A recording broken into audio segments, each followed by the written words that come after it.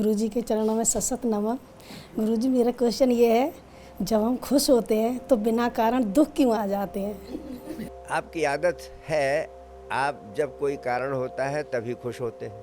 तो जब कारण होते हैं और आप खुश होते हैं, जब कारण नहीं होते हैं तो आप दुखी हो जाते हैं। फिर आपने पूछा है कि बिना किसी कारण के दुख क्यों आ जाते हैं। मैं आपसे एक बहुत गहरे राज की बात कहता हूँ। आप बिना कारण के अकारण आनंदित रहने की कला का अभ्यास कर लें। कोई कारण नहीं है लेकिन मैं आनंदित रहूंगी।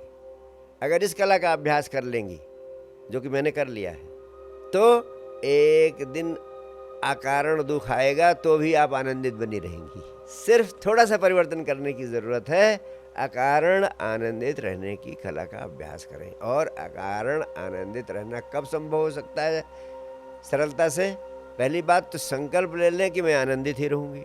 जो संकल्प ले लेता है आनंदित रहने का और कारण की चिंता नहीं करता है, तो मेरा अनुभव है अकारण आनंदित रहने की कला जो सीख लेता है, उसकी ज़िंदगी में आनंदित होने के कारण अपने आप पैदा होने लगते हैं। और जो अकारण आनंदित रहने की कला सीख लेता है, अकारण अगर दुख आ जाते हैं तो वह उसे प्रभावित नहीं कर पाते हैं।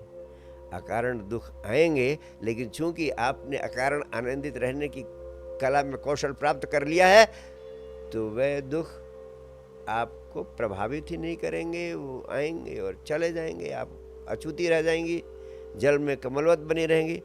और अंतिम बात कहूँगा कि अकारण आनंदित होने के लिए अगर आप 24 घंटे में 20 मिनट स्वयं के साथ होने की कला का अभ्यास करें, बंद आँखों से सारी दुनिया को भूल जाएं, सिर्फ अपने हृदय केंद्र को देखती रहें।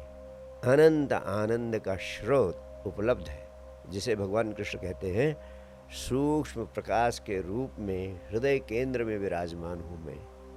तो बंद आँखों से 20 मिनट ध्यान का हल्का सा रुख हृदय केंद्र की होगा, तो वहाँ मैग्नेटिक पावर है, मैग्नेटिक एनर्जी है। वो आपका संबंध आपके हृदय केंद्र से कृष्ण की चेतना से जोड़ देगी। और कृष्ण की चेतना का स्वरूप है अनंत आनंद। उससे आपका संबंध जुड़ जाएगा तो आनंद की रसधार बहेगी। छोटे मोटे कारण या अकारण आने वाले दुख आपको छू नहीं पाएंगे। बहुत बहुत प्यार, बहुत बहुत आशीर्वाद। Thank you.